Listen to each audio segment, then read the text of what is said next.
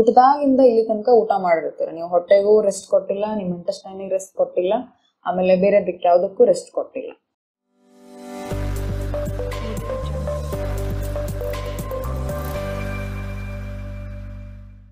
ನಮಸ್ಕಾರ ವೀಕ್ಷಕರೇ, ನಾನು ನಿಮ್ಮ ಡಾಕ್ಟರ್ ಪೂಜಾ ಪಾಟೀಲ್ ಮಾತಾಡ್ತಾ ಇರೋದು, ಪ್ರವೃತ್ತಿ ಪ್ರಕೃತಿ ಚಿಕಿತ್ಸೆ ಹಾಗೂ ಯೋಗ ಕೇಂದ್ರ ಕಲಬುರಗಿ. ಸೊ ಇವತ್ತು ಡಿಸ್ಕಸ್ ಮಾಡ್ಲಿಕ್ಕೆ ಬಂದಿರುವಂತಹ ಟಾಪಿಕ್ ಫಾಸ್ಟಿಂಗ್, ಉಪವಾಸ ಅಂತ ಹೇಳ್ತೀವಿ.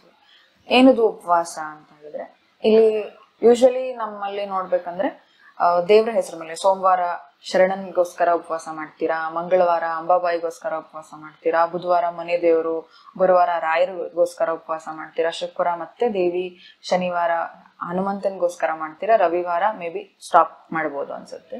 ಸೊ ಈ ತರ ಮಾಡೋದ್ರಿಂದ ಏನಾಗುತ್ತೆ, ಅದು ನಿಮ್ಗೆ ಬೆನಿಫಿಟ್ ಆಗ್ತಾ ಇದೆಯಾ ಇಲ್ಲ, ಆಮೇಲೆ ನೀವು ಕರೆಕ್ಟ್ ಆಗಿ ಮಾಡ್ತಾ ಇದ್ದೀರಾ ಇಲ್ಲ. ಉಪವಾಸ ಮಾಡಿದಾಗ ಒಂದ್ಸತಿ ನಮಗ್ ತಲೆನೋವು ಬರ್ತದ್ರಿ, ನಮಗ್ ಮೈಕೈ ಬಾನೆ ಆಗ್ತದ್ರಿ, ಉಪವಾಸ ನಂಗೆ ಮಾಡ್ಲಿಕ್ಕೆ ಆಗಲ್ಲ ಹೋಗ್ಯದ, ಆದ್ರೂ ನಾ ಅವಲಕ್ಕಿ ಅಥವಾ ಉಪ್ಪಿಟ್ಟು ತಿಂದು ಉಪವಾಸ ಮಾಡ್ತಾ ಇದೀನಿ ಅಂತ ಹೇಳ್ತಿರಲ್ಲ. ಸೊ ಅದು ನೀವು ಮಾಡೋದ ಕರೆಕ್ಟಾ ಅಥವಾ ಯಾವ ತರ ಮಾಡ್ಬೇಕು ಅನ್ನೋದು ಈ ವಿಡಿಯೋದಲ್ಲಿ ನೋಡ್ತೀವಿ ನಾವು ಇವತ್ತು.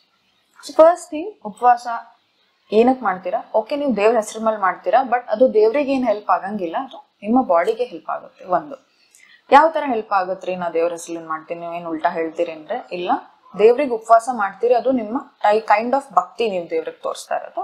ಬಟ್ ನಿಮ್ಮ ಬಾಡಿ ಡಿಟಾಕ್ಸ್ ಆಗ್ತಾ ಇರುತ್ತೆ, ಅಂದ್ರೆ ಎಲ್ಲದಕ್ಕೂ ರೆಸ್ಟ್. ಈಗ ನೀವು ಊರಿಗೆ ಹೋಗ್ತಾ ಇದೀರಾ ಅಥವಾ ಲಾಂಗ್ ಜರ್ನಿ ಮಾಡ್ತಾ ಇದ್ದೀರಾ ಅಂತಂದ್ರೆ 1 ಅವರ್ ಗಾಡಿ ನಿಲ್ಲಿಸ್ಬಿಟ್ಟು ಒಂದ್ ಕಡೆ ನಿಲ್ಲಿಸ್ತೀರಾ, ಯಾಕಂದ್ರೆ ಇಂಜಿನ್ ಹೀಟ್ ಆಗಿದೆ ಅಂತ ನಿಲ್ಲಿಸ್ತೀರಾ. ಸೇಮ್ ಅದೇ ತರ ಊಟದಾಗಿಂದ ಇಲ್ಲಿ ತನಕ ಊಟ ಮಾಡಿರ್ತೀರ, ನೀವು ಹೊಟ್ಟೆಗೂ ರೆಸ್ಟ್ ಕೊಟ್ಟಿಲ್ಲ, ನಿಮ್ಮ ಇಂಟೆಸ್ಟೈನಿಗೆ ರೆಸ್ಟ್ ಕೊಟ್ಟಿಲ್ಲ, ಆಮೇಲೆ ಬೇರೆದಕ್ಕೆ ಯಾವುದಕ್ಕೂ ರೆಸ್ಟ್ ಕೊಟ್ಟಿಲ್ಲ.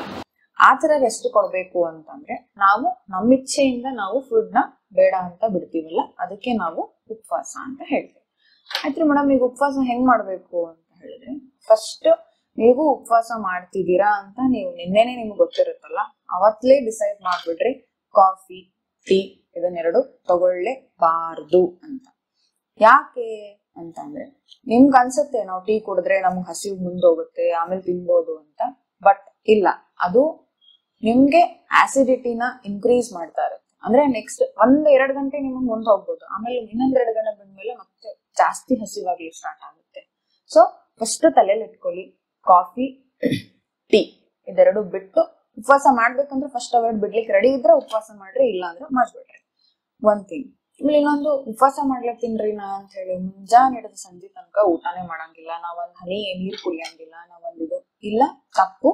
ಅಗೇನ್ ಅದು ಆಸಿಡಿಟಿ ಇನ್ಕ್ರೀಸ್ ಮಾಡುತ್ತೆ. ಇವತ್ತೇನೋ ಚಲೋ ಇರ್ತೀರಿ, ನೆಕ್ಸ್ಟ್ ಡೇ ನಿಮ್ಗೆ ಅಲ್ಲಿ ನೋವು ಇಲ್ಲಿ ನೋವು ಅಥವಾ ಬರ್ಪಿಂಗ್ ಆಗಿರ್ಬೋದು, ಊಟ ಹೋಗಲ್ರಿ ನಮಗ, ಈ ತರದ್ದೆಲ್ಲ ಸ್ಟಾರ್ಟ್ ಆಗುತ್ತೆ. ಅದನ್ನ ಅವಾಯ್ಡ್ ಮಾಡ್ಬೇಕಂದ್ರೆ ಕರೆಕ್ಟ್ ಉಪವಾಸ, ನೀವು ಬೆಳಗ್ಗೆ ಒಂದ್ ಸ್ವಲ್ಪ ನೀರ್ ಕುಡಿತೀರಾ ಕುಡೀರಿ, ಇಲ್ಲ ಎಳಿನೀರ್ ಕುಡಿತೀರಾ ಕುಡೀರಿ, ಇಲ್ಲ ಜ್ಯೂಸ್ ಕುಡಿತೀರಾ ಕುಡೀರಿ, ಅದು ಸಕ್ಕರೆ ಇರ್ಲಾರ್ದು ಕುಡೀರಿ, ಉಪ್ಪು ಇರ್ಲಾರ್ದು ಕುಡೀರಿ.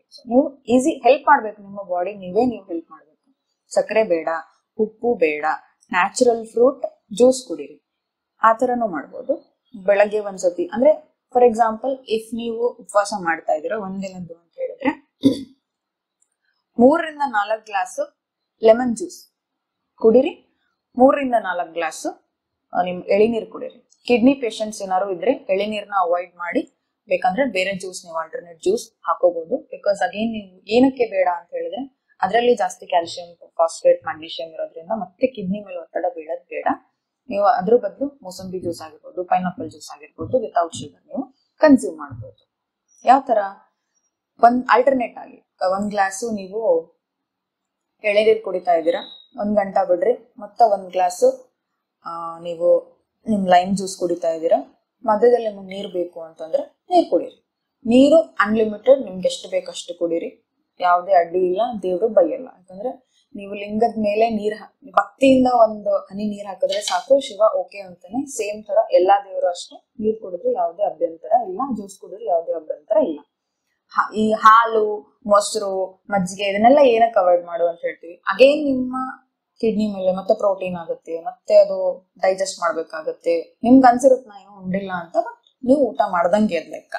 ಸೊ ನಿಮ್ಮ ಬಾಡಿಗೆ ಥೆರಪಟಿಕ್ ಫಾಸ್ಟಿಂಗ್ ಆಗ್ಬೇಕು, ನಿಮ್ಮ ಬಾಡಿ ಕ್ಲೆನ್ಸ್ ಆಗ್ಬೇಕು ಅಂತಂದ್ರೆ ಈ ತರದ್ದು ನೀವು ಫಾಲೋ ಮಾಡ್ಬೇಕು. ಫಸ್ಟ್ ಚಹಾ ಬಿಡ್ರಿ, ಕಾಫಿ ಬಿಡ್ರಿ, ಆಮೇಲೆ ಶುಗರ್ ಬಿಡ್ರಿ, ಆಮೇಲೆ ಈ ತರ ಈಸಿ ಡೈಜೆಸ್ಟ್ ಆಗದಿರುವಂತಹ ಐಟಮ್ಸ್ ಎಲ್ಲಾ ಬಿಡ್ರಿ. ಆಮೇಲೆ ಆಯ್ತ್ರಿ ಮೇಡಮ್, ಮುಂಜಾನೆ ಸಂಜೆ ತನ ನಮ್ದು ಫಾಸ್ಟಿಂಗ್ ಆಯ್ತು, ಸಂಜೆ ಏನ್ ತಗೋಬೇಕು ನಾವು? ಸಂಜೆಗೆ ಮುಂಜಾನೆ ಸಂಜೆ ತನ ಫಾಸ್ಟಿಂಗ್ ಇದ್ವಿ ಅಂತ ಹೇಳಿ ಜಾಸ್ತಿ ಊಟ ಮಾಡೋದಾಗ್ಲಿ ಅಥವಾ ಫುಲ್ ಕಡಿಮೆ ಊಟ ಮಾಡೋದಾಗ್ಲಿ ಅಥವಾ ಹಂಗೆ ಮಲ್ಕೊಳ್ಳೋದಾಗ್ಲಿ ಬೇಡ. ಸಂಜೆಗೆ ಈಸಿಲಿ ಡೈಜೆಸ್ಟ್ ಆಗಿರುವಂತಹ ನಿಮ್ಮ ಕಿಚಡಿ ಆಗಿರ್ಬೋದು ಅಥವಾ ಸೂಪ್ ಫಾರ್ಮ್ ಅಲ್ಲಿ ಮಾಡ್ತಿರಲ್ಲ ಆ ತರದ್ದಾಗಿರ್ಬೋದು, ಮಿನಿಮಲ್ ಮಸಾಲ ಆಮೇಲೆ ಮಿನಿಮಲ್ ಶುಗರ್ಸ್ ಈ ತರದಿರೋದನ್ನ ನೀವು ತಿಂದ್ರೆ ಅದು ನಿಮ್ಗೆ ಮತ್ತೆ ಈಸಿ ಡೈಜೆಸ್ಟ್ ಆಗ್ಬೋದು. ಈಗ ಯಾಕೆ ಈ ತರ ಹೇಳೋದು ಅಂತ ಹೇಳಿದ್ರೆ, ನೀವು ಮುಂಜಾನೆ ಹಿಡಿದು ಸಂಜೆ ತನಕ ರೆಸ್ಟ್ ಮಾಡಿ ಒಟ್ಟಿಗೆ ನೀವು ಜಾಸ್ತಿ ಲೋಡ್ ಹಾಕಿದ್ರೆ ಅಗೇನಲ್ಲಿ ವೇರ್ ಅಂಡ್ ಟೇರ್ ಫ್ರಿಕ್ಷನ್ ಆಗುತ್ತೆ. ಅದು ಬೇಡ ಅಂತ ಹೇಳಿದ್ರೆ ಮತ್ತೆ ಅಗೇನದು ಡೈಜೆಸ್ಟ್ ಆಗಿಲ್ಲ, ಎದೆ ಮೇಲೆ ಕುಂತಂಗಾಗಿದೆ, ಆಮೇಲೆ ವಾಮಿಟ್ ಬಂದಂಗಾಗಿದೆ, ಈ ತರದ್ದು ಅವಾಯ್ಡ್ ಮಾಡ್ಬೇಕು ಅಂತ ಹೇಳಿದ್ರೆ ನೀವು ಮೈಲ್ಡ್, ಈಗ ವಾರಕ್ಕೆ ಒಂದ್ಸತಿ ಮಾಡ್ತೀನಿ ಉಪವಾಸ ಅಂದ್ರೆ ಒಂದ್ ವಾರಕ್ಕೆ ಒಂದ್ಸತಿ ಕಿಚಡಿ ತಿಂದ್ರೆ ಏನು ನಿಮ್ಗೆ ಆಗಲ್ಲ. ಇಲ್ಲ ಮೇಡಮ್ ನಮ್ ಕಿಚಡಿ ಹೋಗಂಗಿಲ್ರಿ, ನಾವು ಫುಲ್ ನಿರಾಹಾರ ಇರ್ತೀವಿ, ನಾವು ಉಪ್ಪಿಟ್ಟು ಅದ್ರ ಮೇಲೆ, ಸರಿ ಉಪ್ಪಿಟ್ಟೆ ನೀವು ಕಡಿಮೆ ಮೆಣಸಿನ್ಕಾಯಿ ಕಡಿಮೆ ಉಪ್ಪು ಹಾಕಿ ಸ್ವಲ್ಪ, ಅದು ಟೇಸ್ಟಿ ಹತ್ತಿ ಜಾಸ್ತಿ ತಿನ್ಬಾರ್ದು. ನೀವು ಟೇಸ್ಟ್ ಹತ್ತಿಲ್ಲ ಅಂದ್ರೆ ಪರವಾಗಿಲ್ಲ, ಸ್ವಲ್ಪ ಮಿನಿಮಮ್ ನಿಮ್ಗೆ ಎಷ್ಟು ಬೇಕೋ ಅಷ್ಟು ಅರ್ಧ ಹೊಟ್ಟೆ ಅಷ್ಟೇ ತಿಂದ್ರೇನು ಸಾಕು, ನೀರು ಕುಡಿದು ಆರಾಮಾಗಿ ಮಲ್ಕೊಂಡ್ರು ಸಾಕಾಗತ್ತೆ. ಸೊ ಇವತ್ತು ನಾವು ಉಪವಾಸ ಯಾವ ತರ ಮಾಡ್ಬೇಕು, ಏನೇನು ಅವಾಯ್ಡ್ ಮಾಡ್ಬೇಕು, ಏನೇನು ತಿನ್ಬಹುದು ಅನ್ನೋದು ಇವತ್ತು ನಾವು ನೋಡಿದ್ವಿ.